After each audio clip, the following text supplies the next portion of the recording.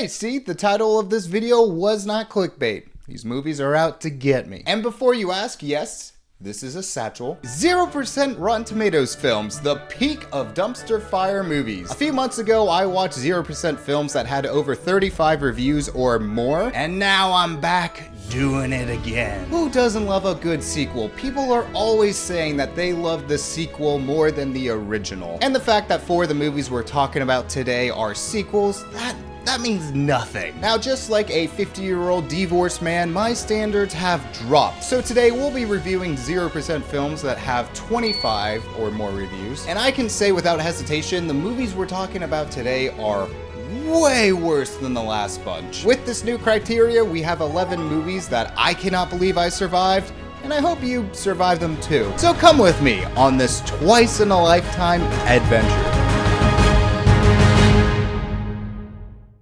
And in the theme of surviving, let's talk about our first movie, Staying Alive, which also stars a familiar face to 0% films, John Travolta. I'll be honest, out of all the actors I thought might pop up here again, I didn't really think it would be John Travolta. So if you saw this poster and knew that the title of this movie was Staying Alive and also knew that Sylvester Stallone wrote and directed this, you would think it was a Rambo ripoff, right?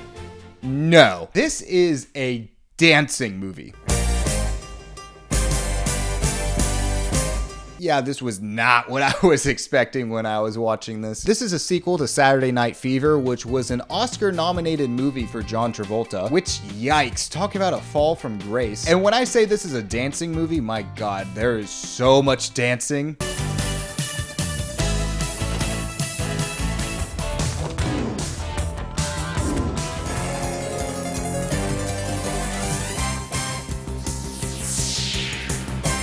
Yeah, these people are bummed out that TikTok didn't come out sooner. So let's talk about the plot. John Travolta plays a dance instructor who's trying to get his big break on Broadway. And his life really sucks because he just wants to dance, but every woman in his life just wants to sleep with him. Hey, Tony, how's your love life? It's all right. You know why I order so many drinks? Because I love to watch you walk. Means that I don't have time for meaningful relationships right now. Guys like you aren't relationships. You're exercise. Honestly, I don't know anyone that has a harder life. And another thing about this movie is that John Travolta's character sucks. He tells his boss at the dance studio that her boobs are looking good today. It's a beautiful dress you got on today. It is. We like to see them, sexy. Which I do love the pro gamer move there, you know, harass your boss before your boss can harass you. Yeah, it works 60% of the time. All the time. But what makes it worse is that John Travolta is dating another woman named Jackie, and he treats this woman like crap. Like, he makes plans with her at 2 a.m. because they work really late, and he doesn't show up. Bro, can you imagine getting ghosted at 2 a.m.? Like, the people that are about to mug you are going to feel extra bad about it. But honestly, that's not even the tip of the iceberg of all the bad things that Travolta's character does. Travolta goes to see a dance that his girlfriend's in, and he realizes how hot and wickedly talented the main dancer, Laura, is. So much so that he goes to Laura's dressing room and tries to ask her out on a date. I'd like to get together with you and maybe talk sometime. Might be possible? About what? About how incredible you are. Yeah, so he's being weird, but he gets offended when Laura gets up and slams the door on his face. Didn't happen. You know, next time bring a pamphlet saying you're a Jehovah's Witness. People never shut the door on those guys' faces. Strong draft in there. But then Travolta comes back and says that Laura was being extremely rude to him. What'd you do that for? You nearly broke my face with the store. I am giving you my best come on you and try to mangle my face. To the point where Laura's just like, fine, come in tomorrow morning. There's a dance audition. I'll put in a good word for you. They need about 30 dancers, and I could put in a good word for you. All right, if harassing doesn't work, just continue to harass until it works. Got it. So the next day at the audition, Laura watches Travolta, and afterwards they start to hook up and bang. Laura, what is all this? Are you rich or something? yeah, this comes out of nowhere too. Like there's 1 minute where she hates the dude and then the next minute she's all over him. I feel like I'm watching an alpha male how-to video. First, assert your dominance by going to the woman's work of place, then ask her out within the first 20 seconds. If she rejects you, gaslight her into thinking that she's being rude to you. Then, you know, get her to help you professionally and bang. And later on in the movie, Travolta realizes that Laura has other hookup buddies and he gets mad about it. I don't like being led on. Who's leading you on? I call you up, you're not home. I go to your apartment, you're not there, and then I wait all night for you and you bring some guy home with you. Even if you haven't established the relationship yet, this woman shouldn't even look at another guy when you're casually hooking up. And another important thing, make sure that this woman never meets your girlfriend. So all of this makes Travolta very upset because Laura's not treating him well. We did it, don't mean nothing to you? It was nice. Oh, nice, like something like you do every day, like having breakfast. I usually skip breakfast. What a weird thing to harp on that conversation. I was gonna take you to a nice 50s diner and we're gonna have milkshakes, but I guess that's not happening anymore. Well, I hate the 50s because of the Eisenhower administration. Okay. Laura invites Travolta to a party at her place, but the only problem is that his girlfriend is performing at a club at the same time. So Travolta goes to Laura's party. Not even a little surprised. At the party, Laura tells Travolta it's never gonna happen again, so Travolta leaves and tries to rebound with his girlfriend. Saying he's trying to rebound with his girlfriend is such a weird thing to say. And after missing most of her set, Jackie breaks up with him. You don't have to say anything. I'll be your friend, but no more than that. No, what? Man, can this guy catch a break? And it only gets worse because Jackie's getting looked at by other guys. Looks like some demented paratrooper. He is just a friend. Holy shit, dude, this guy is such a beta now. John, you just gotta remember what you learned in alpha male school. It's time to emotionally manipulate her. I feel the same way and I do the same thing for you, that maybe we could get back together again. I love you, Jackie. Thank God, that training's really paying off. Speaking of paying off, now you owe me $2,000 for this little consultation. Now, the Broadway show is going on in the background of all of this, and the lead male of this show is like too much of a diva, and Travolta comes in and tries to swoop the main role. What do you mean, sit this one out? You know what I mean. Monero. So he finally gets his shot and flubs it.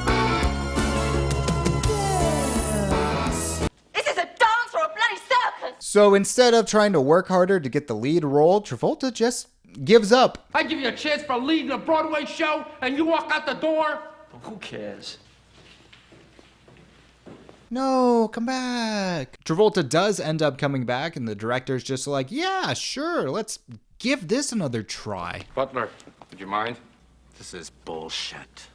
Oh yeah, glad you're getting a second chance. So Travolta does some self-reflection and decides to go to his childhood home to talk to his mom. Travolta actually realizes that he's been a douche and he wants to apologize to his mom for giving her attitude back in the day. I don't know, the way I used to act around here, the way I treated everybody, I was very hard on you. Look, I had a lot of attitude and I just didn't like it. And This attitude you're talking about, that's what got you out of this damn neighborhood.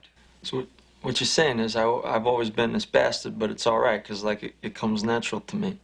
Something like that. Yeah? Yeah, double yeah. What? Yeah, you know, being an asshole just comes so natural to me, and honestly, I would be doing myself a disservice if I didn't let me be me. So yeah, Travolta's toxic traits are okay because that's just who he is apparently, and that's pretty neat. So now we have the climax of the Broadway show, and this is some show.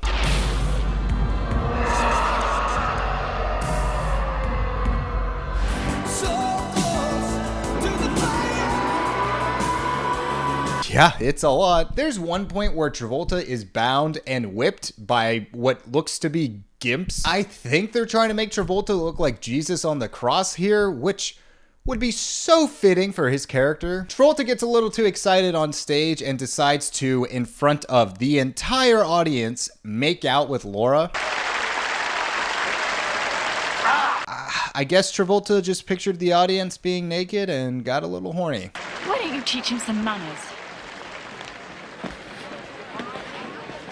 How's the show going? It's going great. How's How your am I eye? doing? You're doing great. How's that last your night? eye? Did I go? Jeez, the girlfriend's just numb to this behavior at this point. So Travolta just forced himself onto Laura, and during one of the breaks in the show, Laura apologizes to him. I wanted to apologize for this. I don't know what came over me. Oh, it's nothing. Forget it. Oh boy. And Laura wants to get dinner with him after all of this, but I guess Travolta loves his girlfriend now, so he says no. I've got other commitments. Oh, Tony, What? you don't have it.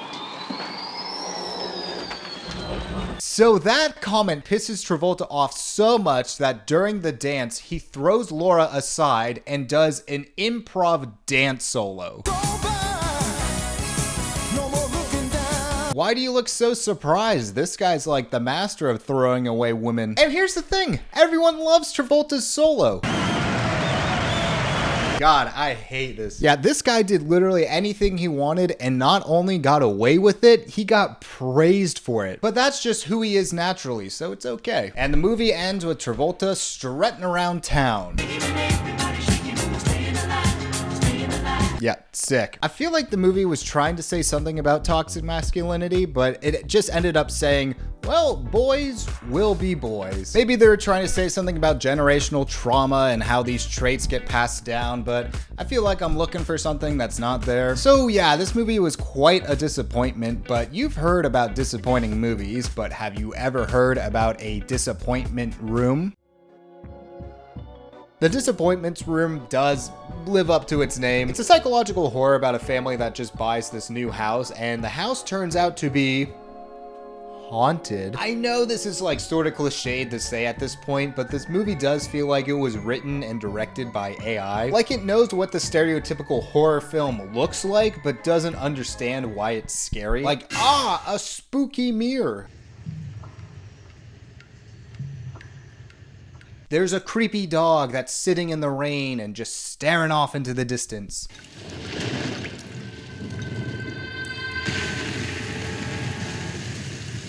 And then, someone opens the curtains. Yeah, that's gonna give me nightmares later. There's one montage where they put spooky music under like very mundane tasks.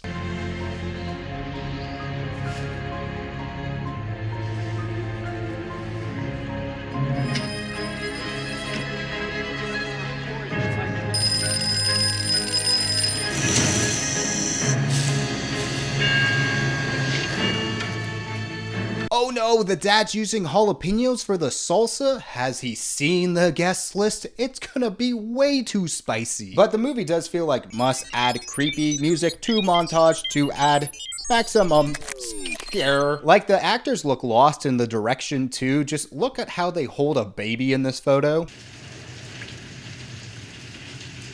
Who holds a baby like that? They're holding that baby like people do when they're trying to show off a fish they caught. Like, oh yeah, look at that. And the dad in this movie is the biggest douche. He's like asking his wife to do stuff for him. Is there any coffee going? Oh, if you want coffee, you're gonna have to find the coffee maker first. Found her. Fuck you. Is that a threat or a promise? A random cat comes into the son's room and he wants to keep it, but the mom's just like, no way we're keeping that. And then without even talking to the wife, the dad's just like, no, we're gonna keep the cat. We've talked about this before, okay? No pets. Please, Mommy. What? I just saw a mouse downstairs and it was huge and he had his nose in the waffle cupboard. So guess we could use a good mouser, babe. Dude, you better take your wife to a nice-ass dinner after all that. And I'm not talking Applebee's, I'm talking about Chili's. But the dad undermines his wife all the time. You haven't been hired yet. No? No. Great, Ben. When can you start? No, that's still up in the air. As soon as you pull the trigger. We should probably get onto this right away, babe, don't you think? David. Just say the word. Great, well, I guess we want you to start as soon as possible. All right. No. Damn, dude, you gotta bring out the big guns. You're gonna have to take your wife out to Olive Garden. Because when you're at Olive Garden, you're family. Here's the thing, though. The dad doesn't work. And what is it that you do? In between my naps, I enjoy watching her work, playing Xbox. Oh. Damn, dude, you go find the coffee maker. Oh, if you want coffee, you're gonna have to find the coffee maker first. Found her. So the disappointments room is a secret room in this haunted house that's just extra haunted. Dana, it sounds like you have a disappointments room. Must find word to describe room. Scary room? No. Alarming room? No. Disappointments room? So basically, a disappointments room was a room used back in the day for wealthy families to hide their kids that were either deformed or had special needs because they were considered embarrassing. I'm calling it right now. This is the room that Dad grew up in, not because he has special needs or is deformed, just because he's embarrassing. And he's going to be a ghost the entire time because the wife is the only one being haunted by these ghosts and they're making her see things. So it has to be the dad, because why else would these ghosts be haunting this woman? It's not like they're just haunting this one person for no reason, right? Like the AI is smarter than that. Right? So the wife figures out that the main bad guy ghost used to own this home and had a kid in the disappointments room, which for him, having a kid like that was way too cringe for him. But his solution was pretty extreme.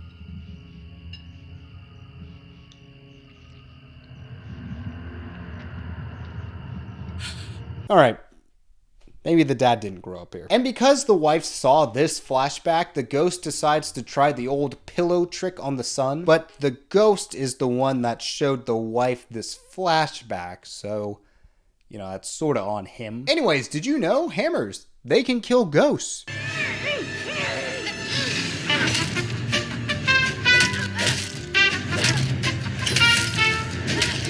Yeah, here I am thinking that hammer is only used for nails, but no, also killing ghosts. Yeah, I don't know why those paranormal shows don't have people running around with hammers. So the dad runs in when this is all going on, but the only thing he sees is that his wife is like swiping at their son with a hammer. Put it down! Put it down!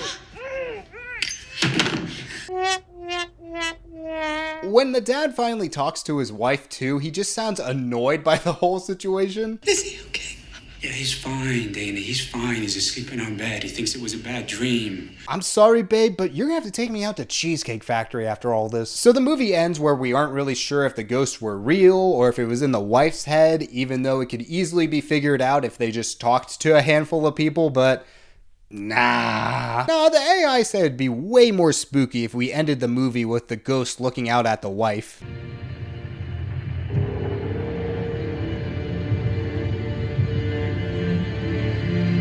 Ooh. Then there are legit 15 minutes of credits. And I'm sorry, there's no way that many people worked on this movie. Even Marvel movie credits aren't that long. So this movie is constantly going back and forth from being so bad it's good to being bland and forgettable. And it doesn't move the needle enough to be considered a schlock movie. A movie I would 100% consider schlock though is Highlander 2: The Quickening.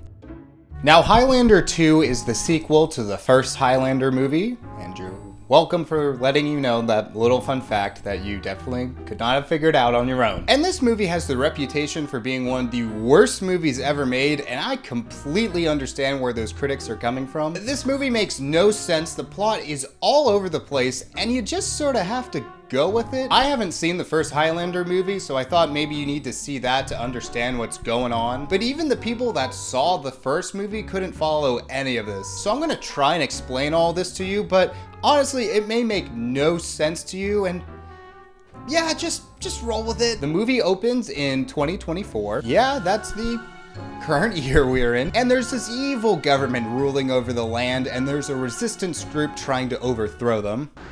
Will you lead us, Ramirez? No, I'm not your leader. But because I see with eyes different from yours, I see a man with a great destiny before him. Who is he?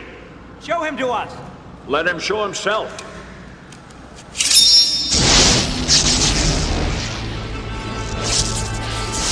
I will not show you who he is. He shall present himself now, but I will also point my sword at him so you know who I am talking about. This is Connor McLeod, and he is the main character of this movie. He leads the resistance group, and they get their ass kicked. So they get captured, and instead of killing McCloud, they send him to the future. You know, the future, 2024. I honestly can't tell you why they don't kill him. Like, even the bad guy's like, wait, what? An exile into the future. What? Silence, General Katana. And in the future, the ozone layer is so bad it's destroying Earth, so McCloud comes up with a shield that covers the entire planet and saves everyone, but the one downside is that they all live in total darkness. Now cut to 40 years in the future, and McCloud is an old man and dying, and the shield is run by an evil corporation that wants the shield to stay up because of money, but there's an anti-shield group that believes the world has recovered and is livable again, and that we don't need the shield anymore. This is the setup for the movie that happens within the first 15 minutes. And I haven't even started to talk about McCloud's superpowers. So back in the past, McCloud is actually immortal, but in the future now he's mortal, and that's why he ages. But if someone from the past goes into the future and fights McCloud and McCloud wins, then McCloud becomes young again, but only if the guy McCloud is fighting is also immortal. But if McCloud goes back to the past, then he becomes immortal again, or maybe it's mortal. I'm not really sure. There's many different versions of this movie and I can't get a straight answer. Oh, and McCloud can only die if someone decapitates him. You got all that? Yeah, it sounds like a bad backstory for a D&D character and not for a $34 million movie. It's so complicated, the movie can't even follow its own logic. Okay, now let me just see if I can get this straight. You're mortal there, but you're immortal here until you kill all the guys from there who have come here, and then you're mortal here. Unless you go back there, or some more guys from there come here, in which case you become immortal here, again. Something like that. Fuck you, man. If you can't follow the rules of your own movie, how the hell am I supposed to? The woman's name in that scene is Lois, and she's actually the leader of the anti-shield club, and she tries to get McCloud to help her out. Under the McCloud that everyone believed in. That was 40 years ago. I'm an old man. All right, what's the matter? Now, McCloud there isn't having a stroke. No, it's actually a warning that some people from the past have traveled to the future and are now trying to kill him. And these guys mean business.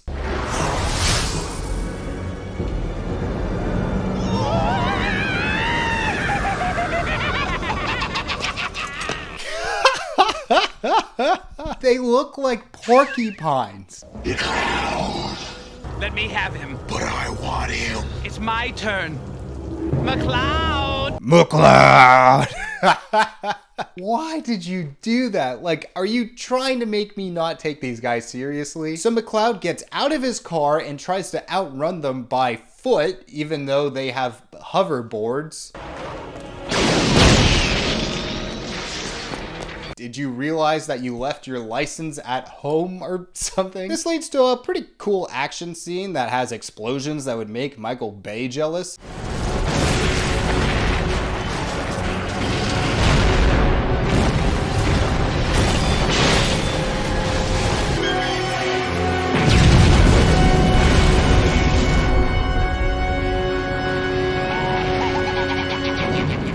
McCloud kills one of the hunters, and that makes him young again.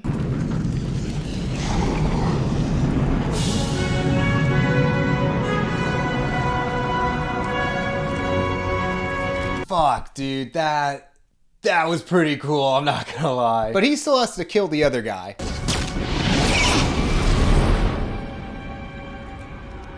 Hey, pal, you got a light? Hey. Alright, I'll give it to him. That was pretty funny. And McCloud defeats this guy by picking up a rope and decapitating him.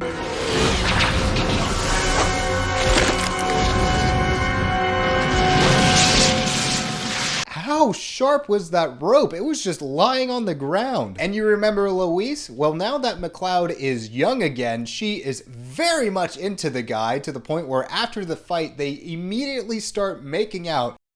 And I'm pretty sure they start doing it.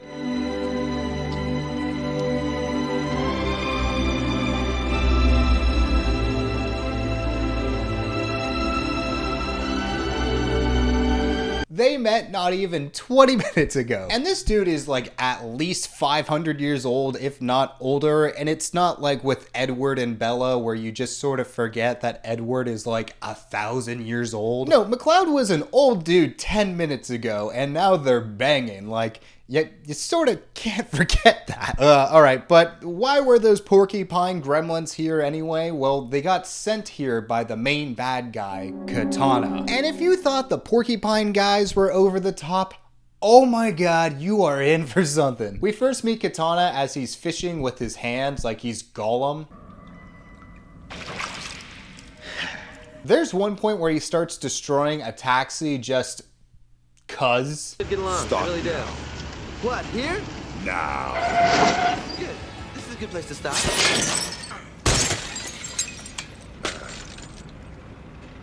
I'll get out here. And the taxi driver doesn't drive off.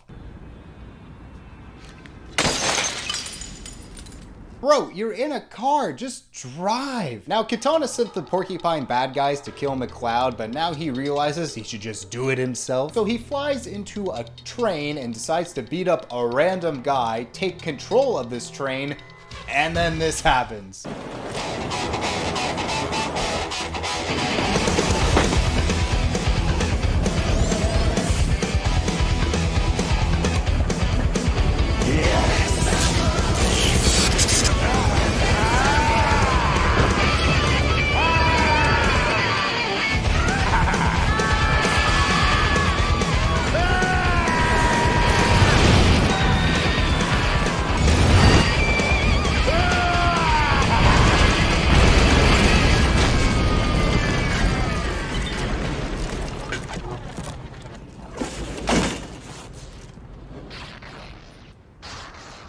Now stop. I love that. Yeah. That was amazing. Okay, so Sean Connery is also in this movie and he dicks around the whole time he is here.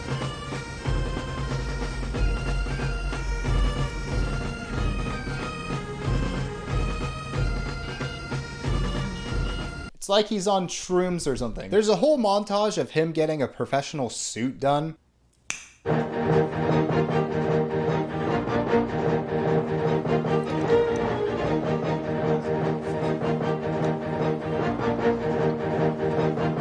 don't know why they filmed this, they just did. He then gets on a plane and starts flirting with a woman.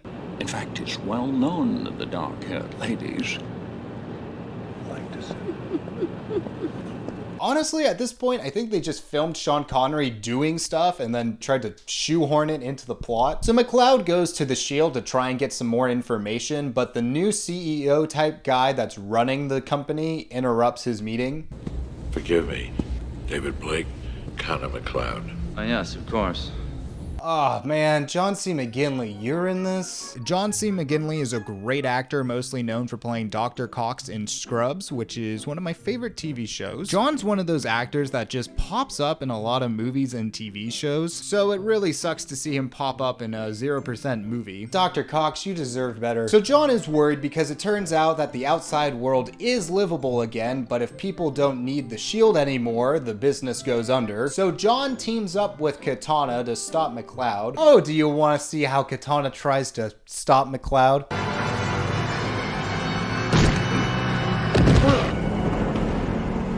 He looks like an animatronic from a haunted house ride. Even she's like, wow, that was way too easy. Katana has superpowers, and this is what he does to try and stop his foes. Hey man, at least you can say you tried your best. Katana does go after them again, but still fails. So John tells Katana, hey, yeah, sort of sounds like you fucked up. Looks as though you fucked up, eh, partner? And this pisses Katana off so much that he grabs John by the crotch and throws him out a window.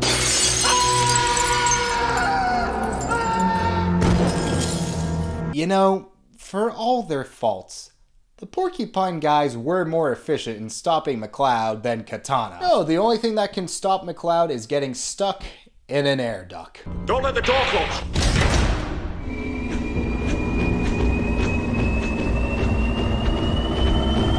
I did not think Highlander 2 was gonna rip off Charlie and the Chocolate Factory, but here we are. So then, out of nowhere, Sean Connery decides to sacrifice himself. But if you can summon it all at one time, you can accomplish something glorious.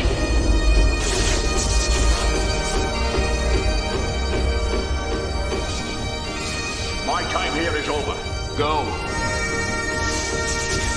I mean, you can just go out the door with them. I don't know why you're just standing there. The checks have stopped clearing. Now we have the final battle between McCloud and Katana. And oh boy, is it underwhelming.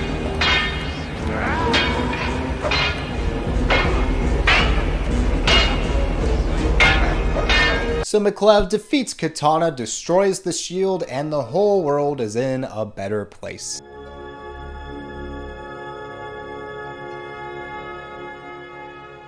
I am lost for words on this one. Like, the decisions that were made, I don't know how we got what we got. I will say there are some very funny behind the scenes facts with this movie. Like, apparently in the final battle, it was too expensive for them to get fake swords, so they're fighting with real swords there. And the scene where Katana is falling into the train,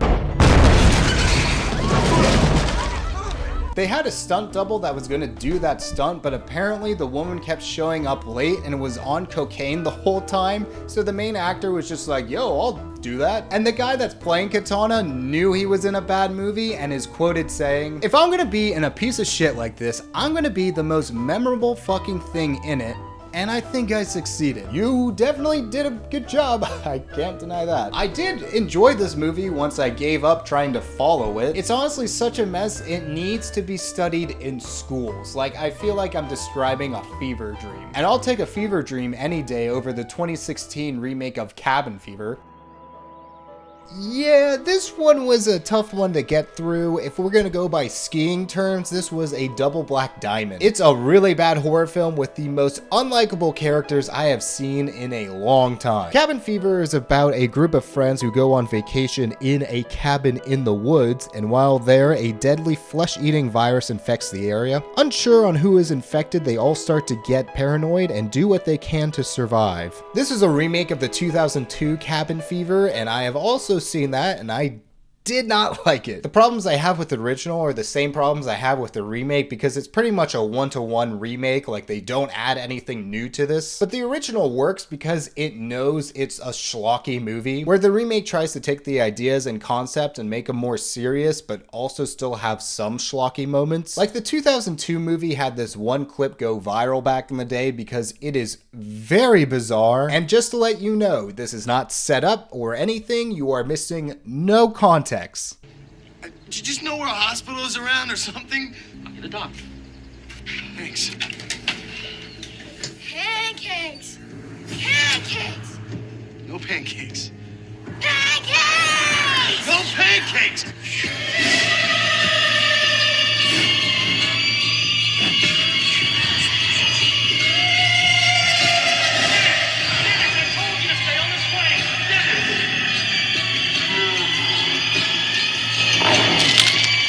Yeah, that was pretty stupid. Now watch the same scene in the remake. Pancakes! Pancakes! Pancakes! Dennis! Yeah, that just seems like very weird and doesn't hit the same way. And that's the core issue with the remake, because the movie doesn't work if you're trying to take everything seriously. There's one point where the group runs into a random local and he wants everyone to call him Grim. What's your name? Connor. But you can call me Grim. Grim like Grimace or? No, like the Grim Reaper. Oh, wow, scary. The Pancake Kid wears a bunny mask. Oh wow, yeah, I'm creeped out, especially since I don't know if that mask has blood or ketchup on it. I will admit though, the Bunny Kid does lead to one of the best scares of the movie. Yep, that was the scariest part of the movie there. I'm sorry I didn't warn you more before that. A scene being quiet and then adding a loud noise to it is pretty much the only scares this movie has to offer.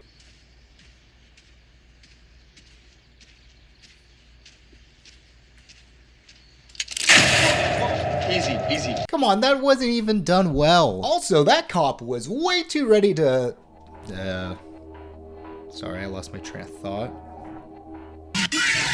But yeah, this cop character is a bit weird. Like, when I was first watching this, I thought she was gonna be a stripper. I want you to know you're my top priority. Because you're my party man. Mrs. Party Town. We are gonna party, right? Yeah. Yeah. You know how to find me? Dial 911? That's right. Yeah, that's right. Yeah, I was totally ready for her to be like, yeah, party on. The only thing that's gonna fall off my body are some clothes. Yeah, the cop's an interesting character, but the rest of the people are extremely unlikable. And part of that is intentional, but it is still like, well, I have no one to root for here. Spoilers for the end, but they all do end up dying, but you end up not really caring because they're all such assholes. The nicest guy in this group, Paul, he has a childhood crush on the first girl that gets infected. It gets to the point where Paul has to mercy kill this woman, and he decides to do this by burning her alive.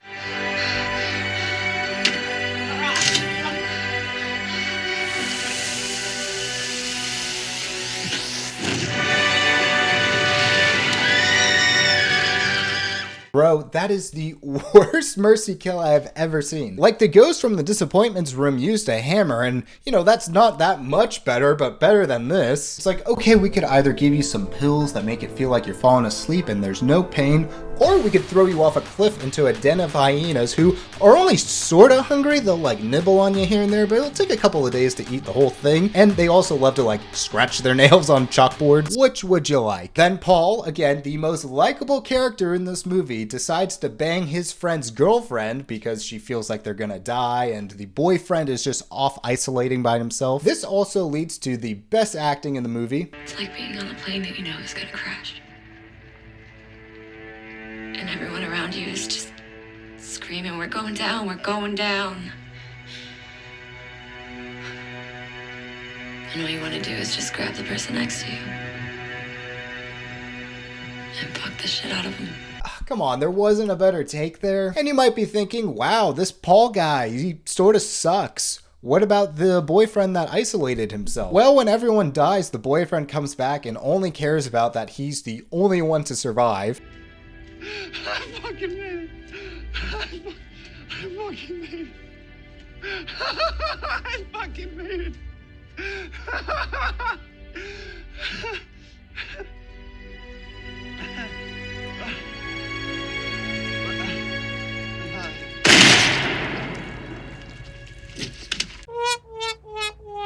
But this guy Bert takes the cake for being the biggest douchebag. Will you just be careful with that thing? Okay, will you relax? I'm perfectly responsible.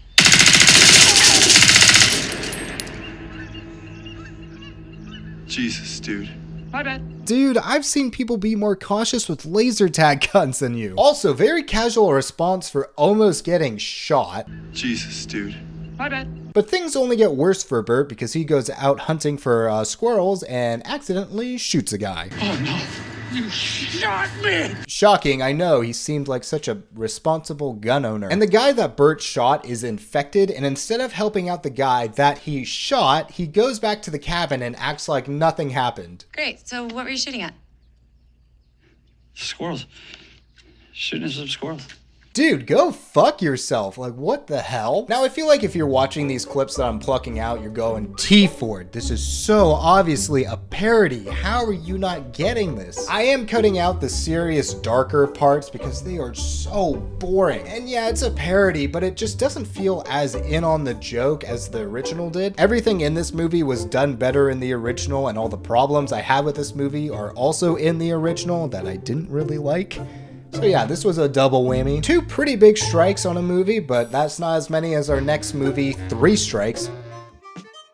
3 Strikes follows this guy named Rob who has just been released from prison and has 2 felony strikes against him. If he gets another felony strike, he will face a life imprisonment sentence, and He doesn't want that. Right after being picked up from jail, the cops pull over the car that he is in, revealing that his friend stole it. A shootout ensues, and now the cops believe that Rob was involved with the theft and shooting. Rob now needs to figure out how to clear his name and not go back to jail.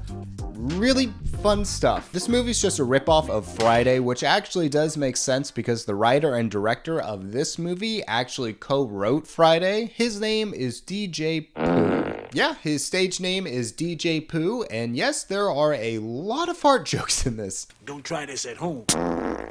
Oh! Oh, my Lord! I mean, you sort of get what you would expect from a guy named DJ Pooh. I did listen to some of his music, and it just sort of sounded like crap to me. But even coming from a guy named DJ Pooh, there are some questionable decisions here. Like during the shootout, Rob's friend gets shot in the butt. Hey, my ass, man, I'm gonna die. Haha, yeah, it's his butt, so it's funny. Yeah, there are a lot of scenes like that that just don't feel right that they're being shown in a comedic way. Oh, shit.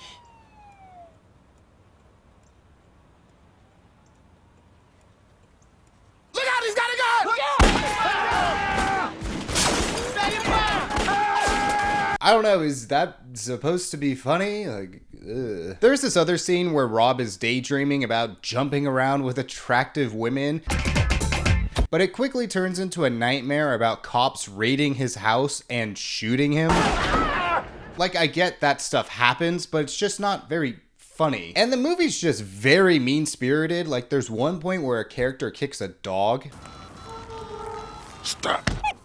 Ha ha ha ha ha. Then the guy who got shot in the butt, there's a janitor that seems to be interested in him. And I can't tell if they are implying what I think they're implying, so I'll show you the clip and let you come to your own conclusion. Hey, no, Deb, hey! It's winky time, baby. Let's play 19 inches of fun. Me and you, right now. Man, you better shut your motherfucking ass up and get up out of here. Do you need to see it? Hey, yo, damn! Okay, so it seems like that one thing is happening here, and the movie is expecting me to laugh at that. Yeah, not very funny. There are just some very weird beats in comedy too, like Rob wants to sleep with his girlfriend in front of her sleeping grandpa. Grandpa's gonna wake up. Kinky, I guess. Then there's this one cop that's playing video games that includes banging, and you can hear these sound effects as everyone is talking. Freeway shooting yet? No, sir, Captain. We've been having trouble with our computers. Haven't been able to access the mainframe downtown. Just call him up. Again, kinky. There were some casting decisions that really stood out too. Like E40 is in a surprising amount of this movie. And then Dean Norris, Hank from Breaking Bad, is in this too. I guess that guy just gives off cop energy. The movie ends with Rob getting caught by the cops, but his crime doesn't amount to another strike. This will not count as a third strike. Cool. Overall, this movie was just very boring and, not very funny, and things just sort of happen for no reason. It doesn't build up to anything, and in the end, he doesn't even get another strike. It's just a Friday ripoff, and I too am surprised that DJ Pooh made such a crappy movie. And while this movie is bad, it is nowhere close to being as bad as The Nutcracker and Untold Story. I saw the title for this movie and I was like, oh yeah, sure, The Untold Story. I'm sure it's going to be totally different and not the same story we've seen over and over again. And I have to admit, I was completely wrong. This movie takes so many turns and lets my mouth on the ground. You think it's going to be the typical Nutcracker story where the Nutcracker fights like an evil rat king. Okay, yeah, sure, but what if the Rat King was the most powerful man in World War II Germany? And I'm sorry guys, I know there's a word for this group of people, but apparently YouTube demonetizes any video that says that N-word. I'm sure they do it with the other N-word too. This video is very long. I want to make some AdSense, help a guy out. But yeah, I'll tell you right now, this was not a good movie. Obviously, the biggest change in the story is that the rats are, but you know how the Nutcracker has those iconic tunes? Well, they added lyrics to them. Everything's relative. Everything's relative. right. Every point of view is simply up to you. Is how your dreams come true is as real as by you. I don't know why, but that feels like a crime. Like, I've heard lyrics from Kids Bops that fit better than this. And you might be wondering, why does Nathan Lane look like Albert Einstein? Well, that's because he is Albert Einstein. I have a theory about it. You have a theory about everything. Yeah. Why did they do this? I have no idea. It's so distracting too because Albert Einstein is the whimsical person that goes in between real life and fantasy because, you know, when you hear Albert Einstein, you think fantasy figure. At one point, Einstein sings about the father in this movie, about how he used to be a little boy and then he lost his way. Don't you remember? There was a boy whose pocket contained one special treasure, and how he cried. His dreams had died, his enchanted world forsake. Damn, that dad looks like he's having flashbacks to Nom. That was Joseph. Oh, thanks, Einstein. I couldn't figure that one out. It's so weird, too, because at random times, he'll just start speaking to the camera. I have the strangest feeling that we are being followed. I'd better check. We are not being followed. You know, I have the strangest feeling that something is wrong at Mary's house.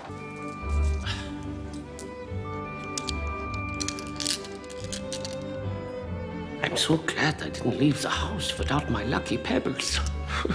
So you're saying that Albert Einstein would walk around everyday life carrying a bunch of pebbles? Like, if it was macadamia nuts, I would sorta get that because, you know, Einstein over here is the one that gave the main character Mary the Nutcracker. And when this Nutcracker comes alive, holy shit, it is terrifying. I can't believe it. You did it. What do you mean? I mean, I've been waiting for someone who believed like you. You're really special. Oh man, I don't want anyone telling me I'm special with those dead eyes. There are a handful of lines that are trying to be magical that just come off very creepy. Mary, you're very pretty. I thank you. Yes, and you'll agree with me because we're up in a high place alone and you know of the implications. And it's not just the Nutcracker. There are these fairies that are trying to get Mary to jump from this high edge to see if she can fly. And Mary's just like, I can't fly. But everyone around her is like, come on, Mary, do it. Jump, do it. Don't be afraid. Come on, Mary. Follow us. Join us. They sound like demonic demons. Like, oh, come on, you're safe with us. Come on, just jump. Trust me, nothing bad will happen.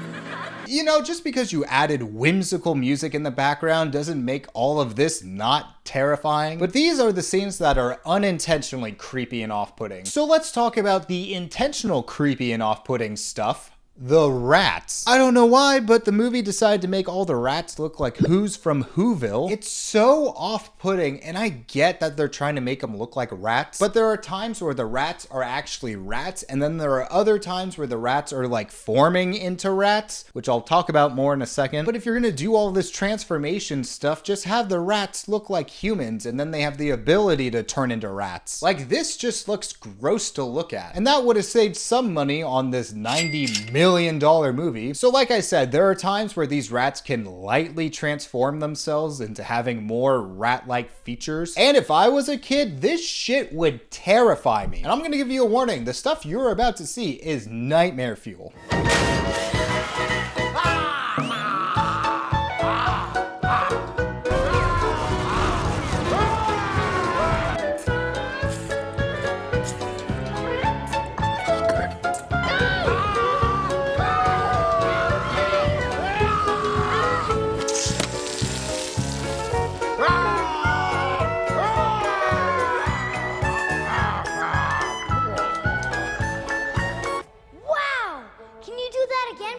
the fuck, kid? The Rat King looks like one of those Animorph covers. Also, the Rat King, just what a vibe this guy has. It's giving me like fashion designer dictator. We first meet this guy in his throne room where he has a shark tank.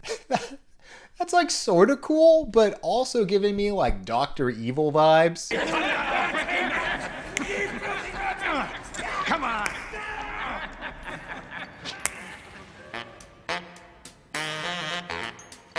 What the fuck is happening? Welcome to a Stygian era.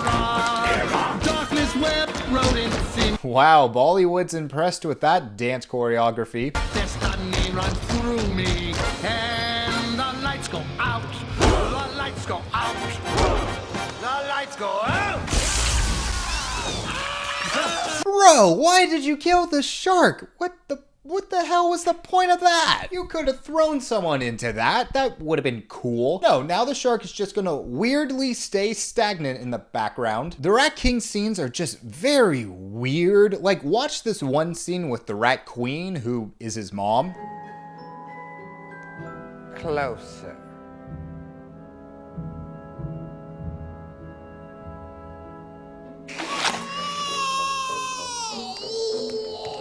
Okay, so you thought the same thing I thought, right? Because it looks like they're totally about to make out. Which there's been a lot of gross things in this movie, but that would take the cake. Who is this movie targeted to? Because I feel like if you're a kid, you're gonna be terrified. Watch this one scene where the Rat King is intimidating other toys and let me know if you can figure out the part where kids might start to freak out.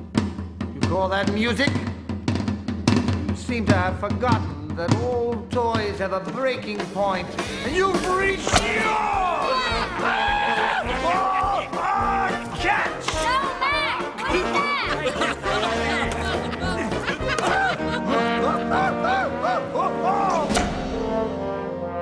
You might feel a little lightheaded at first. Ripping someone's head off and throwing it like a bouncy ball? Yeah, you know, that's something a family movie like Home Alone is missing. Yeah, this movie will be talked about in therapy for years to come. And here's the funny thing, I've been talking about this movie and we haven't even started to talk about the plot yet. So the rats took over this fantasy world that looks like the real world, but it's not. They did this by coming through the sewers, I guess.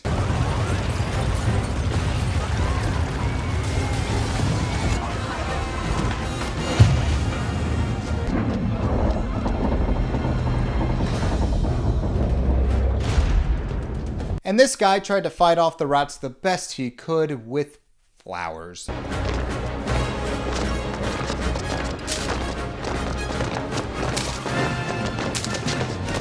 Oh man, I'm not gonna lie. I don't think I could come back from that after failing at something that bad. I feel like the rats feel bad for him too. They see this guy floundering around and they're just like cringing inside. The rats are just like, oh my god, did he really just trip over himself? He had to summon so much courage to fight us and he just fell on his face. Don't make eye contact with him. That'll make things so much worse. So the king of the land is actually the Nutcracker, but he likes to go by NC. Please don't call me Nutcracker. I hate that name as well. Call me NC. Which is very trendy of him. So the Rat Queen put a spell on NC that turned him into a Nutcracker. I'm not really sure if he went by NC before becoming a Nutcracker. You know, maybe it's just a coincidence. But the spell was broken because Mary believed in NC somehow. You did it. You believed. And you released him from the Rat Queen's sorcery. Yep, Mary didn't do anything to break the curse. She just was sort of there and vibing. It's sort of like being at work and someone comes up to you being like, oh my god, thank you so much. You changed my life forever. And you're like, oh, cool, thanks. Yeah, I didn't realize my work at TGI Fridays was changing lives. The spell being broken gets the attention of these rat soldiers who fly off with their jet packs. Yeah, you heard me right. There are also robot dogs. There's too much going on for me to explain this, just accept it. So the Rat King makes his mom, conjure up another spell that turns NC back into a Nutcracker, and Mary can't break the spell now for reasons. The Rat King eventually captures NC, but doesn't kill him, even though NC's the only rightful heir in this fantasy world, and the rats do this because of reasons. Mary then has to go into the fantasy world, and she does this by hopping through a mirror, and that works because of reasons. That one really annoyed me because last time I jumped through a mirror, people just called me a dumbass. Now, NC does eventually die, but not because of the rats, it's because of the robot dogs. Yeah, not a sentence I thought I would say during a Nutcracker movie, but here we are. NC only lost a leg too, so like, do wooden dolls bleed out? Mary and some of her friends find the factory where they're burning all of these toys, and Mary needs a distraction for the rat soldiers to get NC's body. They'll spot you. Then you have to distract them for me. How? Quickly.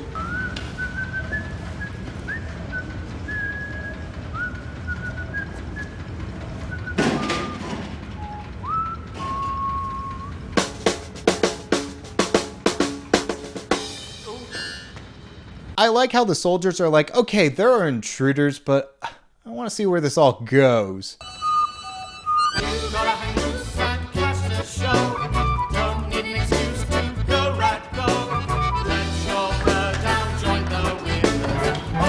The guard's like, wow, I am very entertained right now, but I still gotta look like I'm working. It's the equivalent of working remotely and just moving your mouse around. Mary saves NC's body and brings him back to life by crying on him.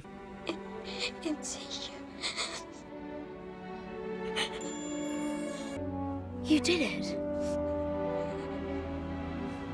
I'm alive. You saved me. I hate it when movies do this. It just teaches kids to be like, wow, I'm really sad my dog died, but if I believe hard enough and cry on him, that will bring him back. And then it's just like, well, I guess you didn't believe or cry enough, Billy. Anyways, now that NC is alive again, everyone revolts and takes down the Rat King, who is forced to go back into the sewers. Everyone's happy. Even this guy winks at the camera. Mary goes home, and the next morning, Uncle Albert introduces her to someone. Mary, I would like you to meet my new neighbor, Nicholas Charles.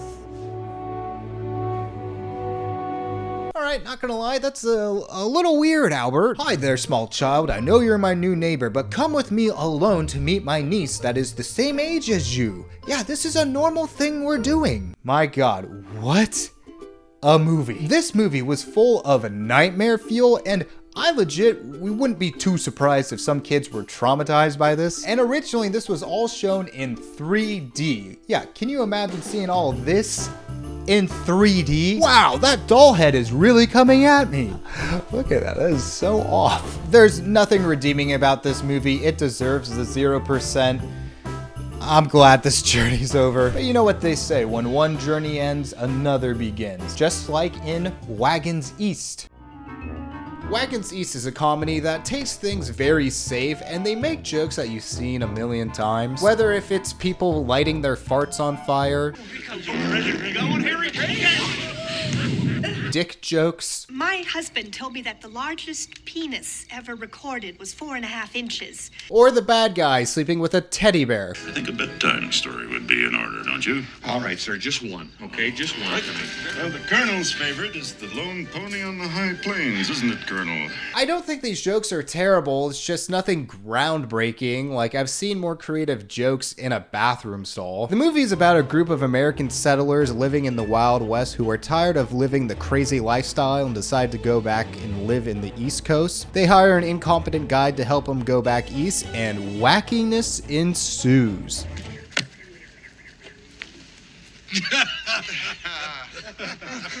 You want to shave a buffalo butt? And the guide for this trip has an interesting name. James H. Harlan.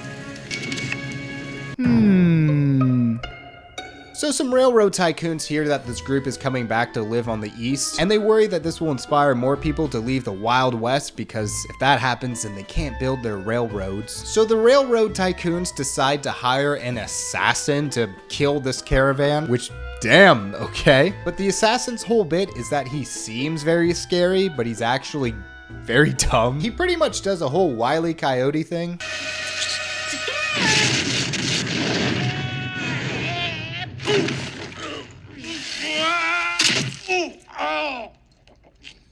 It's very out of the box, but I'll admit, I thought it was funny. What is not very funny, though, is they have this closeted gay character, and all the jokes are just, haha, he's gay and closeted. Who plays this character? What brought you out west, Julie? Oh, the men. No, John, come on. Man, you're in as many 0% Rotten Tomatoes movies as John Travolta. Yeah, a sad day for us all. Hell, look at you, Julie. What'd you see, a mermaid? Cold water usually does the opposite to me. I will give the movie some credit, though, because this character actually kills the assassin.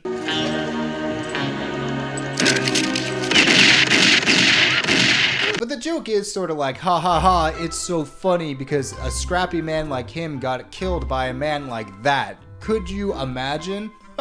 Ridiculous. And the big twist for this movie is that John Harlow was the guide for the Donner's Party. Which, if you don't know who the Donner's Party is, they were a group of, American pioneers that took a wrong turn and got trapped in the mountains, and, things got so bad that they had to resort to cannibalism. So yeah, if you're a travel guide, you probably don't want that on your resume. So the travelers decide to kick Harlow out, but I'm not really sure if they know where they're going. I mean, I get it, trust me, but I think you're just sort of stuck with him at this point. You don't want to take the wrong turn and then have to, resort to cannibalism. And because this movie still has 30 minutes left and they killed off the main bad guy, the movie tries to speedrun another bad guy, and this is the one that sleeps with the teddy bear. Well, the Colonel's favorite is the lone pony on the high plains, isn't it, Colonel? It doesn't matter though, because Harlow comes back and beats up this guy. I don't know why the main bad guy wasn't the assassin, but whatever, they get to their new home, everyone's happy, and the movie is over. Hooray! Honestly, this isn't the worst Western movie I've ever seen. There are some laughs in this. It is a bummer though, because John Harlow was played by this great comedy actor John Candy, and John Candy actually passed away while filming this movie, which really sucks that a comedy legend like him went out on a 0% film. That's like if Robin Williams' last movie was a 0%. Again, this movie isn't like offensively terrible or anything, it just plays it safe with its jokes, and the movie feels like a collection of scenes that don't really stand out from one another. A movie that does have a handful of scenes that really stick out is The Return to Blue Lagoon. Yo, if you could take a second to like and subscribe, that would help me out a bunch, and I hope you guys are enjoying the video. Thank you again. The Return to Blue Lagoon is a sequel to the 1980s Blue Lagoon, and this sequel does what everyone loves, where the main characters of the first movie immediately get killed off. A man and a woman, dead or alive. Dead, sir.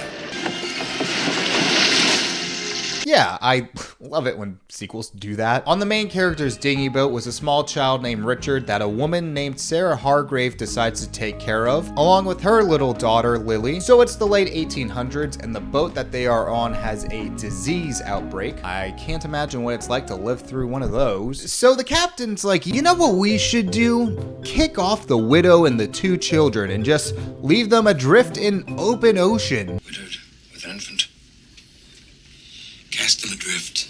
Yeah, quarantining these guys would just be like such a hassle. Just throw them off the boat. Yeah, that'll be safer. Putting us off into the peril of an open sea because some of the crew are ill? This is madness.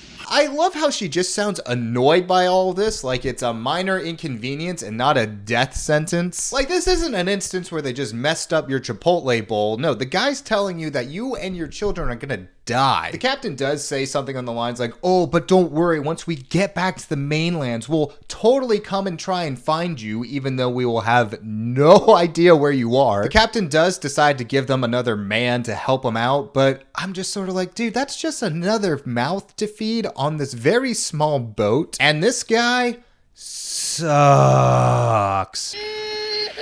Best thing for all of us is to put them out of their misery. You won't touch them. I'll do what has to be done. We either shut them up or they're both going overboard. You're gonna kill them? Bro, what's wrong with you? The whole point of you coming on this boat was to protect these people, and after an hour, you're just like, well, you know, time to kill some younglings. That's it. Look the other way if you don't want to see. And then out of nowhere, Sarah kills the guy.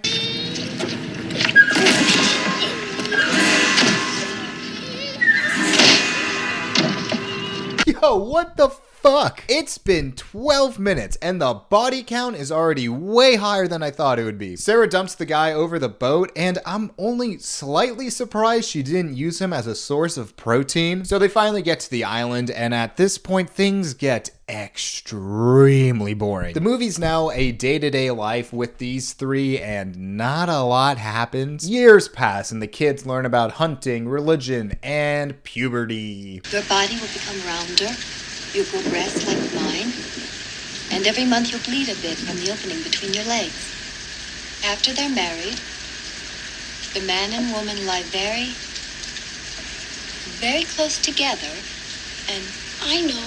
It's like the iguanas, Lily. You know when they get so close you can't tell where one begins and the other ends? Damn, Richard, stop creeping on the iguanas, you know? Give them some space. So eventually the mom passes away. Yeah, just add it to the body count, I guess. We flash forward to the kids turning into teens, and Richard is still creeping, but not with iguanas.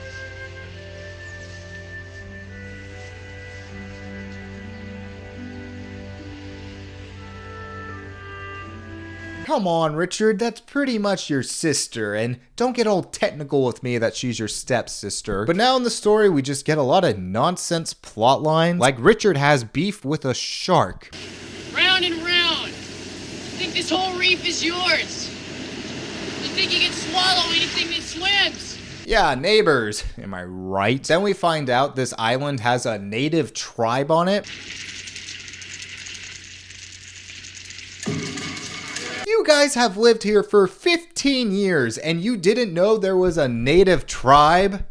Like, how big is this island? Yeah, next you're gonna tell me they're filming Survivor here too. And here's the thing, the native subplot goes nowhere. What it all boils down to is Richard creeps on the natives, then bumps into one of the guys, they give each other funny faces, and then the guy runs away.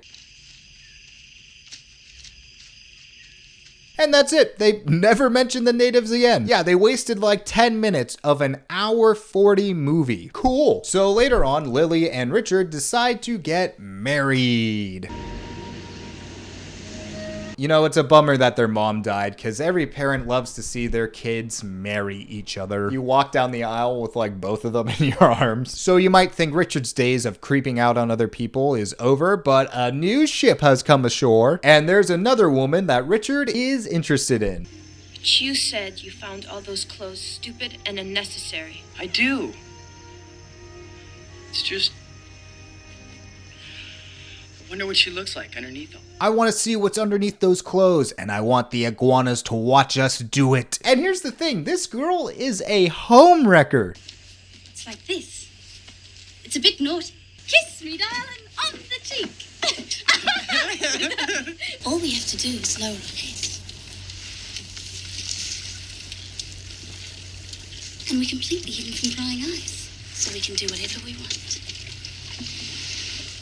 And believe it or not, Richard is not down. It's no time to be thinking about Lily. I told her I'd never hurt her. But she doesn't own you. You're not married. We are. But not really. A lot of made-up words in the middle of a jungle doesn't count. It does to me. All right, Richard, I guess you remembered what your native friend told you. So there's this other shipmate that's been leering at Lily this whole time. He eventually forces Lily to give him this pearl of hers, and then it looks like he's trying to do something else, but Richard stops him.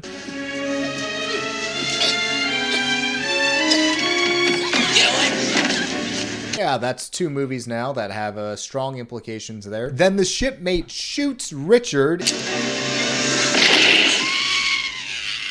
and he just walks it off. I guess drinking coconut milk your whole life does that. The shipmate chases Richard into the water where the neighborhood shark eats him.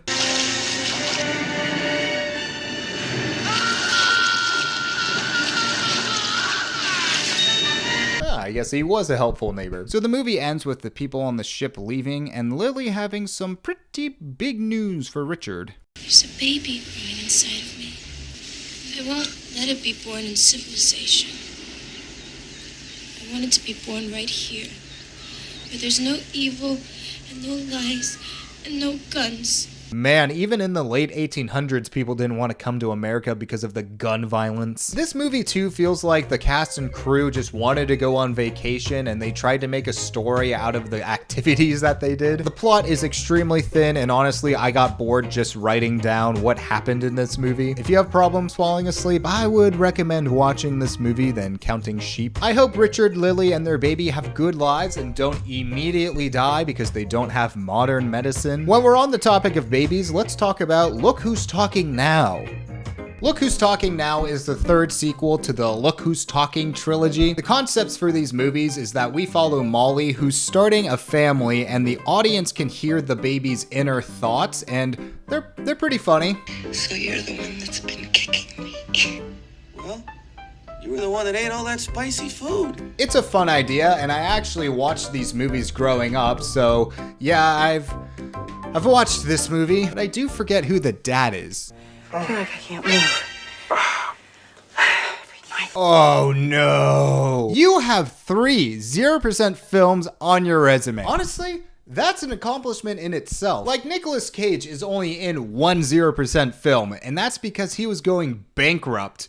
So what's your excuse, Travolta? You know, at least this means John C. McGinley's in less 0% films than you. Alright, moving on. So in the first movie of these 3, we hear the baby's thoughts. In the second movie, they add a daughter to the mix. But in the third movie, the kids are too old to do the internal monologue shtick, so we hear the thoughts of dogs. Hey, what's going on? Where are they taking everybody? What's going on here? Interesting twist, I will admit. The dog's voiced by Danny DeVito, and he's pretty much just playing Frank Reynolds from Always Sunny in Philadelphia as a dog. Whoa, step on me, lady, you get a nose in the crotch. I said, let's move it. Move on this. Swing. Hello, baby. Oh, my. What a set of paws. Hey, Powder Puff, how about you and me nosing through the garbage together? Ugh. Yeah, he's just given a whole new definition to chasing tail. So the main plot of this movie is that John Travolta just got hired by this successful rich woman as her private plane pilot. And no, this woman is not Taylor Swift. This is a big deal too because Molly, the wife, just got laid off and she wanted to go out the goofiest way possible. Pink! Mine's pink today. That's festive. I hope you're still under the company's health insurance because you just took a cartoony ass fall there. So the parents are going through it right now, but the son, David, he just found out that the mall Santas aren't the real Santa. And I'm married to you too. You miserable sucker. Gee! You're a fake! Oh no, mall Santas are just the guy at the office party that drinks too much eggnog. So this devastates David and he wants his parents to tell him the truth about Santa. You know the whole thing about the North Pole and, well, it's just a story. It's just a story. Santa is really from Finland. Come on, man, don't do the kid like that. Like, Finland, really? At least the North Pole is a real place. If you're gonna make up a place, make it sound believable, like Madagascar. So in general, I hate it when movies do the whole, oh, is Santa real? Is he not? Like, we all know the answer.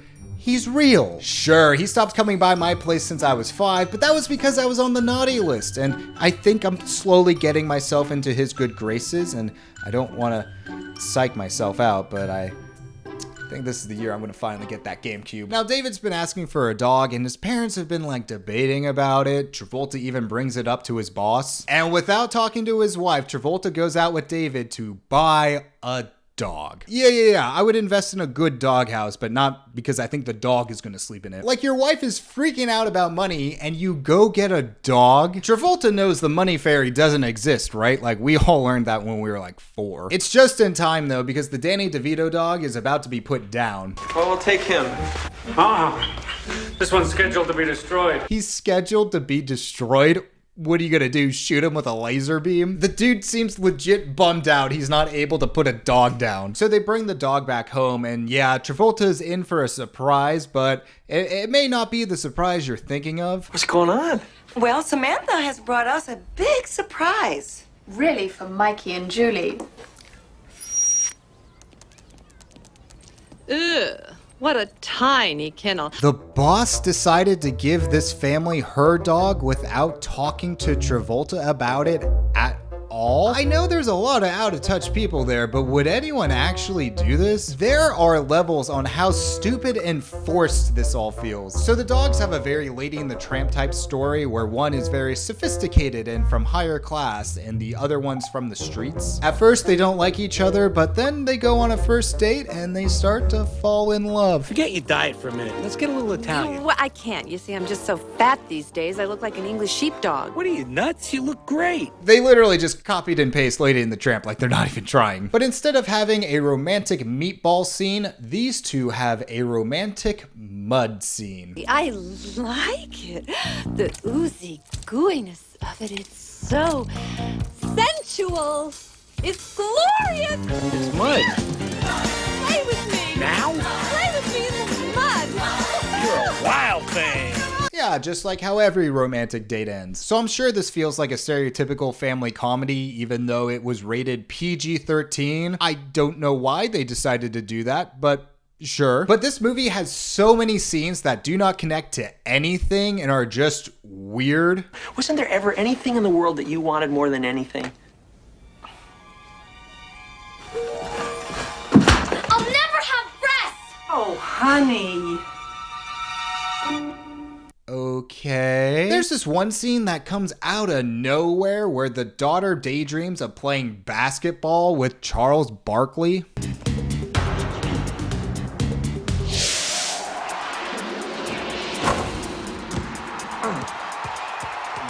This doesn't go anywhere or anything. The scene just happens and everyone moves on. It honestly feels like someone wanted to have lunch with Charles Barkley, so they wrote him into the movie. But the most terrifying scene is right after David's little Santa incident, and you are missing no context here.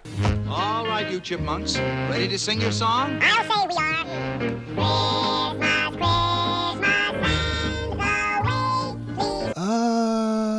They sing this song for 1.5 minutes, and they look lifeless doing it. You guys are just trying to stretch out the runtime, aren't you? I'll say we are. So throughout the movie, the wife Molly is worried that Travolta will cheat on her with his boss. So much so that Molly has a dream that Travolta and the boss are having an affair.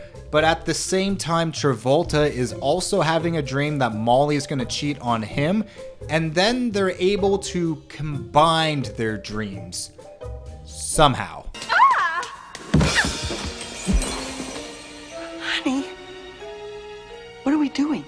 I don't know. Yeah, sure. Honey, does this mean that we can do whatever we want to do in the dream? Yeah. Excuse me.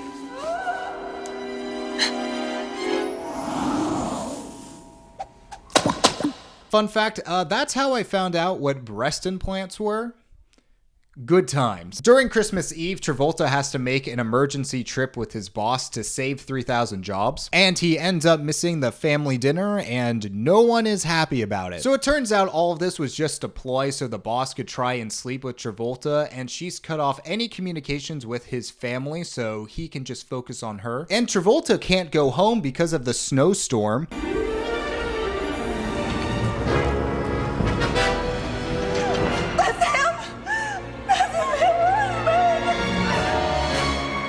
Movie, I want to accept you for who you are. I just don't know if I can do it. So the mom figures out the boss's plan and tries to go stop it with her kids and the dogs. I'm just saying, if you think you're about to find your husband cheating, do you need to bring the kids? Because that might be a bit traumatic. Lucky for them though, that does not happen because the wife crashes the car and gets attacked by a wolf.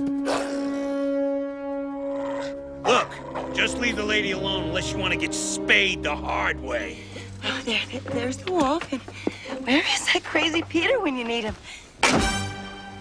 Yeah, just shut the door on the dog and watch it fight for its life with the kids. A Christmas memory you all will cherish. The dog actually beats the wolf and ends up finding Travolta, who leaves his boss to go join his family. But uh-oh, the wolf is back with his pack. You take care of nobody, chump. It's showtime. Your funeral. Yo, mama. Damn, these wolves have Joe Mama jokes? Alright, he's definitely the alpha in this pack. The Danny DeVito dog survives again, and the family gathers around the radio to hear a special message. Is that sleigh bells? Ho, ho, ho! Merry Christmas! See, I told you he was real. Literally every movie that brings up the question, is Santa real or not, always ends with Santa being real. Yeah, stop writing your comment that Santa isn't real. You just look stupid. This movie's just bizarre. Like, I don't think it's terrible. It's just very odd. It's definitely not good, but, you know, at least it held my interest, which I'm not really sure if that's a compliment or not. Either or, it's definitely a problem child movie, which coincidentally brings us to the next movie, Problem Child. This movie is just a very strange family comedy. Like, the decisions that were made here were highly questionable. The film's about this mysterious kid named Junior who is adopted by a married couple who later finds out that this kid is chaotic and destroys everything in his path. Like, there's one point where this kid, in a span of less than a minute, burns down his own room. Do I get my own bed? Your own bed, Junior. This is the big time. You get your own room. Wow!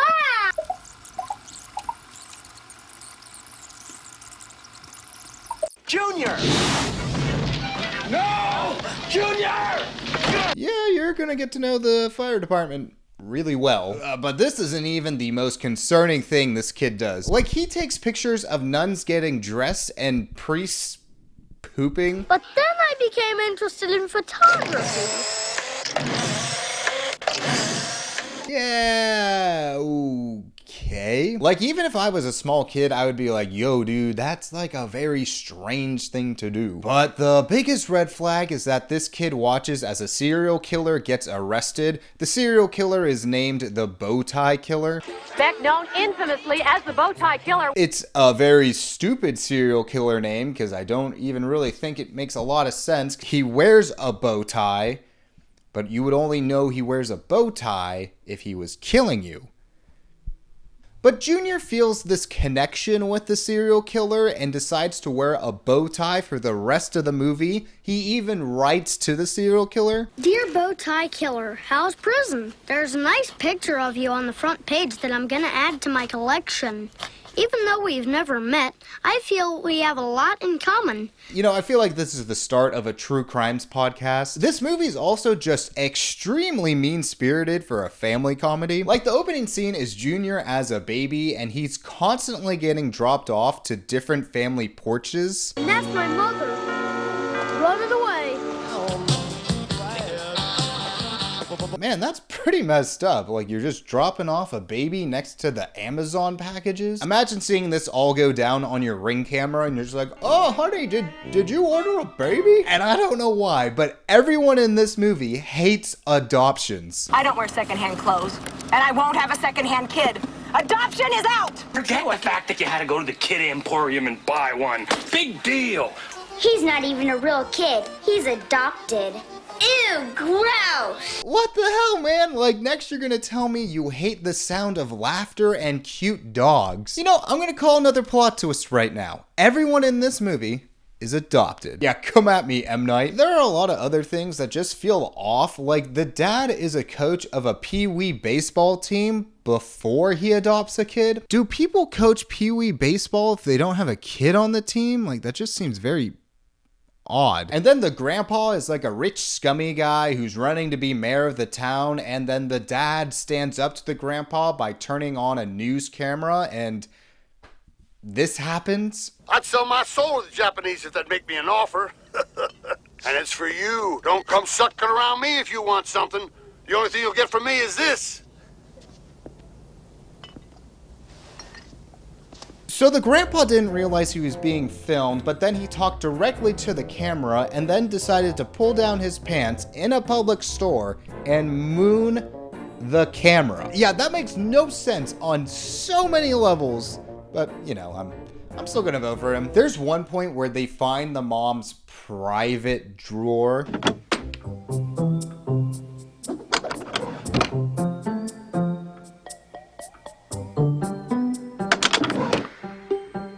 Oh man, is the drawer just gonna start vibrating too? And the mom in this movie is the worst mom I have ever seen. The only reason why she wants a kid is so she can climb the neighborhood social ladder.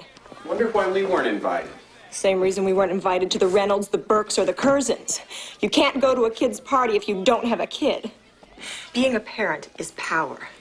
And once you're in that circle, you want to just keep everyone else out. Yeah, usually I feel like people use kids to get out of social events. I've never seen people actually use kids to go to social events. So Junior gets invited to a birthday party and he decides to destroy the birthday girl's house. Nobody knows where my beauty left the set.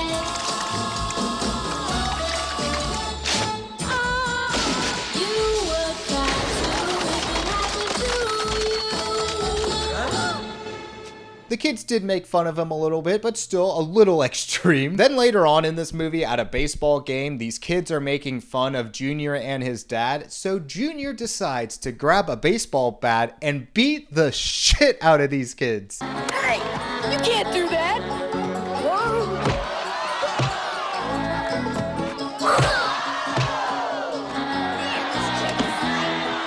Alright guys, now I know we're at the start of a True Crimes podcast, so can someone please talk to this kid? We've adopted Satan.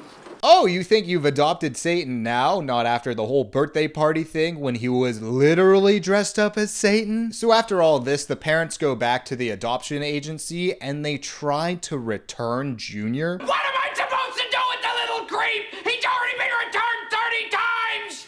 Well, this makes 31, Charlie. 30 times? Dude, what the hell? Can this kid get a punch card for every time he's been returned? I feel like he deserves a free pizza. So Junior freaks out about this because he doesn't want to be returned for the 31st time, and he drives the car into a store and causes a huge accident that, you know, bankrupts the dad.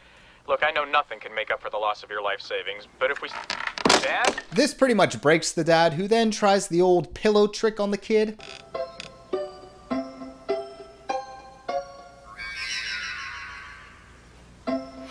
Uh-oh, he's lost it now. Today, we unravel the tale of Junior, a kid adopted 30 times, returned 30 times. A 30 for 30 no child wants. Taking photos of nuns undressing, attacking kids with baseball bats, Junior was anything but normal. From almost being smothered to death by one of his fathers to idolizing serial killers. No one was surprised that this child grew up to be Armie Hammer. So that serial killer that Junior has been writing to actually escaped prison and comes to the family's house, where the parents then try to pawn off the kid to the murderer. We can't let him leave without taking that little brat with him. I will give them some credit though. They don't realize he's a murderer. They think he's a biological uncle, but you know, apparently he's a really popular serial killer, so I don't know. Do they know?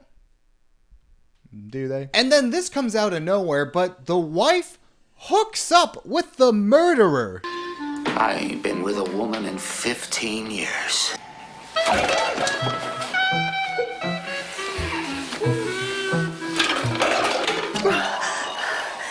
Did you say 15 years?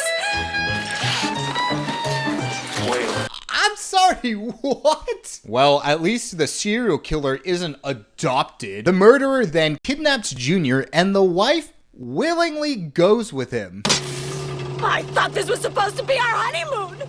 You said you loved me. You called me a little kumquat. This is our honeymoon, you moron! Yeah, I don't think this is gonna help her climb the social ladder of the neighborhood. But the serial killer gets annoyed with the wife's bickering, so he decides to put her in a suitcase and throws her in the back of the car. Okay, sure. Then the dad realizes that he does love Junior and he tries to save him. He saves Junior, all is great, but then the serial killer shoots the dad. What you say? That you only meant well, cause you did. Don't worry though, because the dad is saved because he walks around with a dried up prune. The prunes had it. Honestly, not worth getting into. And the movie ends with the wife, who is still in the suitcase, getting flung up into the air, falling into a truck with a pig who shits on her. Oh my God! Yeah. Ending on a high note. Yeah, this movie went off the rails at the end. This was a strange family movie that went down the strangest roads, just like, why? And the crazy thing is, this movie performed really well where it got 2 sequels. One of them was a TV movie, but still, it feels like an offbeat 80s Disney movie, and I don't know, that's really all I have to say about it. All right, we're approaching the last movie, and man, this is one for the books. Redline. Redline is a Fast and Furious ripoff through and through.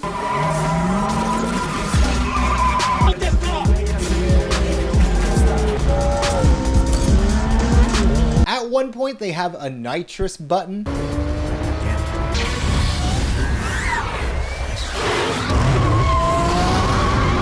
But instead of being about family, Redline is about being over the top and stupid. The opening scene for this movie is a guy trying to bring drugs from LA to Vegas in under an hour 45. Jason, the new record will be 1 hour 45 minutes when you make it to Jerry's Penthouse Suites in Vegas tonight.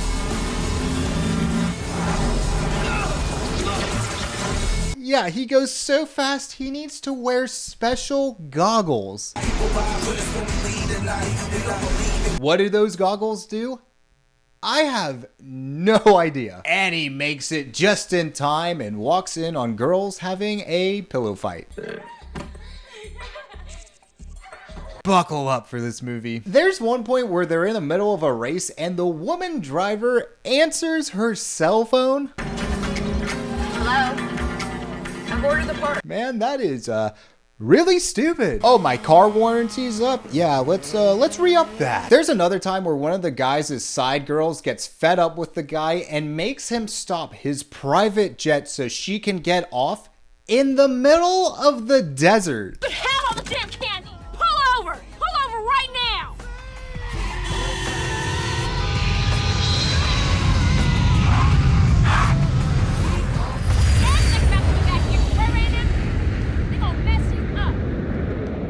Can I even really make fun of that? That's just amazing. All right, so the movie is about illegal high-stakes car racing that involves the most cartoony gamblers ever. Our main character, Natasha, gets roped into this operation as a driver, but she has some reservations about it because her dad died racing cars.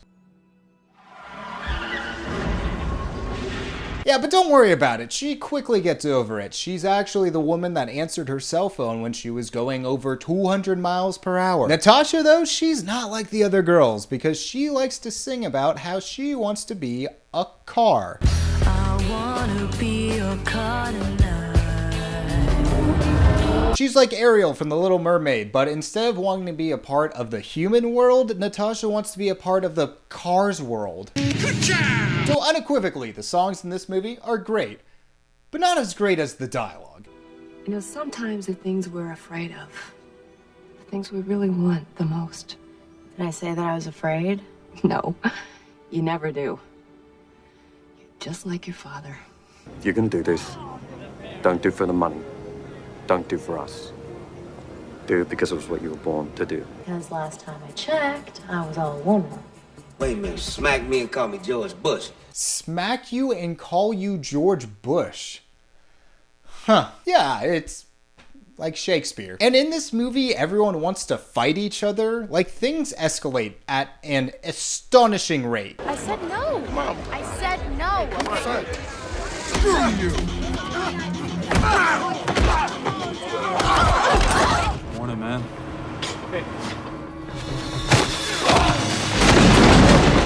Again, I know I've said this a lot in this video, but you are missing no context here. Oh, but this one takes the freaking cake. Nice truck.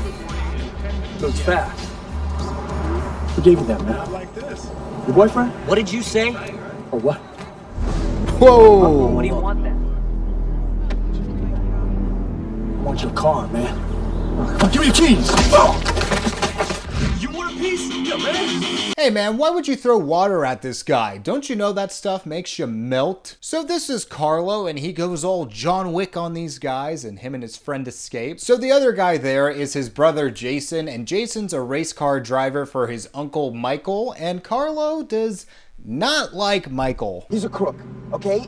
He always has been. He always will be. He's destroyed our family. Why can't you see that? Why are you so stupid still? Oh, here we go We're again. not kids anymore. 4 years later and nothing's changed.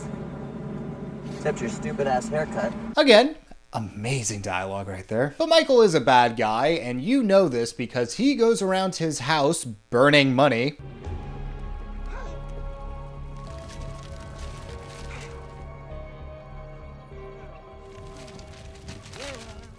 How quirky. There is a big race coming up between Natasha and Jason, and Michael wants to make sure his nephew is taking it seriously. But you like that? Makes you happy, huh? Mm-hmm. That makes you happy. Yeah. How you gonna make me happy? I'm gonna win. How you gonna make me happy? I'm gonna win for you. Okay. I just want you to be beautiful. I love you. Your family. You understand? Hey man, don't tell your nephew you love him as your henchman is groping him and refusing to blink. He's like, I could totally beat you in a stare-off. So things don't go well for Jason in this race.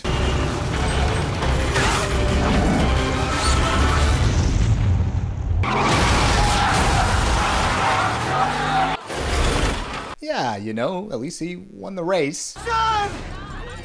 I won, bro. Jason!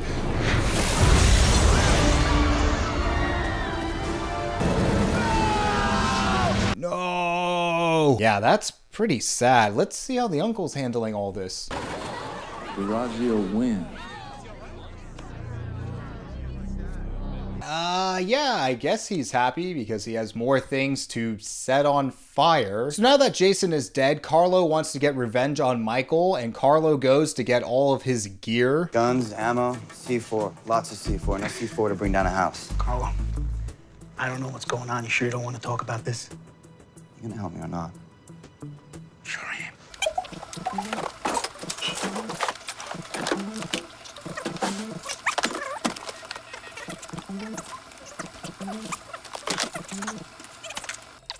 That's it? Payback. All right, my man. You don't want to talk about it, right? No. You're not gonna ask the guy who just bought a whole military's worth of weapons on what he's gonna do with it, and you're also not gonna charge him for it? The guy's just like, I'll hit you with the Venmo later. Damn, dude, you can't wait the one red light to kill your uncle?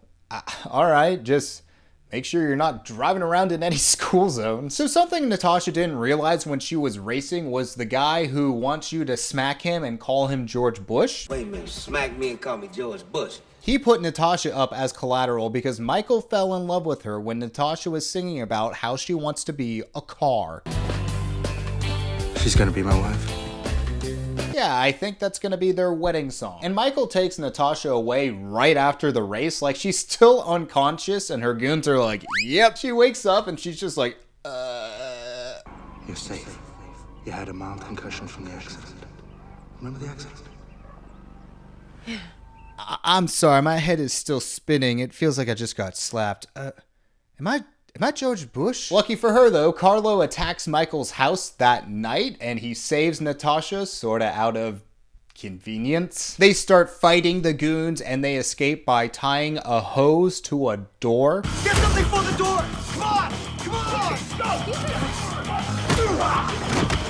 Our one weakness. But get back here, I can still beat you in a stare-off. So Carlo and Natasha hide out, and they pretty much go on a date that goes pretty well. Good morning.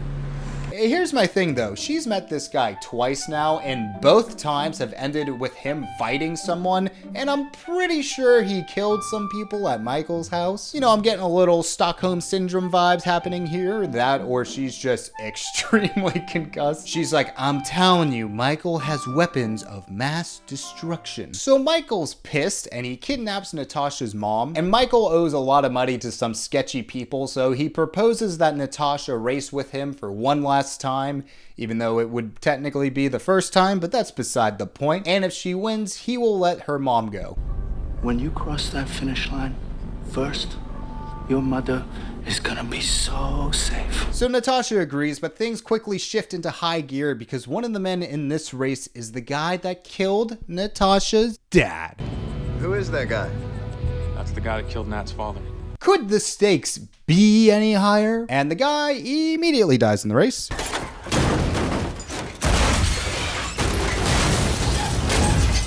I am so happy they added that to the plot. Well, things are still very intense. These guys are looking at the TVs, and that guy is clapping. And in classic Natasha fashion, she decides to answer the phone during a race. Yeah. She's like, I love my mom, but I need to confirm this dentist appointment. Natasha's about to win the race, and then...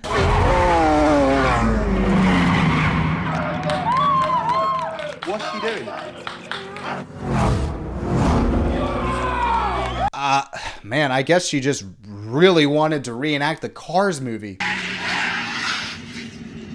But what Michael doesn't know is that Carlo has actually saved Natasha's mom in the most monotoned way.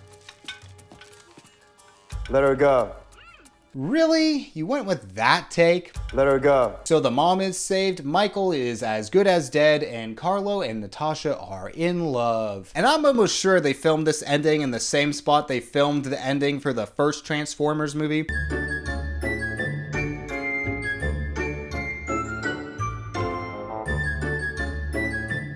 Come on, have the cars be Transformers. I've been itching for a twist this whole video. This movie is so bad, it's great in all aspects. Terrible dialogue, terrible story, terrible characters, and I love it. But let's see how all these movies rank. Okay, ranking the second batch of these 0% Rotten Tomatoes movies, we're gonna start off with Highlander 2. This movie is so bad, it's great. A little confusing, but if you just accept what's going on, you'll have a good time. Coming in at a close second is Redline. This movie is similar to Highlander, where it's so bad it's good, full of like over-the-top action scenes and very cliche dialogue. It's very stupid, but also very entertaining. And now we have a steep drop off to movies that I enjoyed to movies that I watched. Number 3, Wagons East. Oh man, I'm bummed that this was John Candy's last movie, and the jokes here are just very uncreative and run-of-the-mill, but in general, there's nothing offensively bad here. Number 4, The Disappointments Room. This is just a very bland, scary movie that's honestly anything but scary. Number 5, Look Who's Talking Now. This is just a very standard family movie that was rated PG-13 for some reason. I don't know anyone over the age of 10 that would enjoy this movie, especially if you don't have a kid. Just very bizarre decisions were made with this movie. And 6 through 10, I don't have a lot to say about these movies, so I'm just gonna list them out. We have Problem Child, Return to Blue Lagoon, 3 Strikes, Staying Alive, and Cabin Fever, which leads us us to this video's worst 0% Rotten Tomatoes movie, The Nutcracker, An Untold Story. For what this movie's trying to do, it fails in all aspects. It's ugly to look at, the story's in bad taste, and for a kid's movie, it would probably traumatize them. Do not watch this movie, it is not worth your time. Just watch other YouTubers talk about this movie.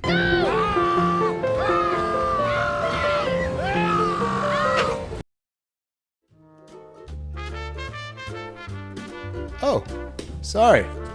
Didn't see you there. Look at us, here again after another video. I hope you enjoyed this sequel, and I hope it is the Highlander 2 of sequels, but, you know, maybe a little less confusing. If you made it this far into the video, please like, subscribe, all the YouTube-y things, maybe even leave a comment. Also, congrats, you survived all of these 0% movies. I knew you could do it. Yeah, no stupid boulder's gonna get us. Hold on, what is that? Oh! I'm still alive. Still going good. Didn't get me. Whew. Not feeling hot though.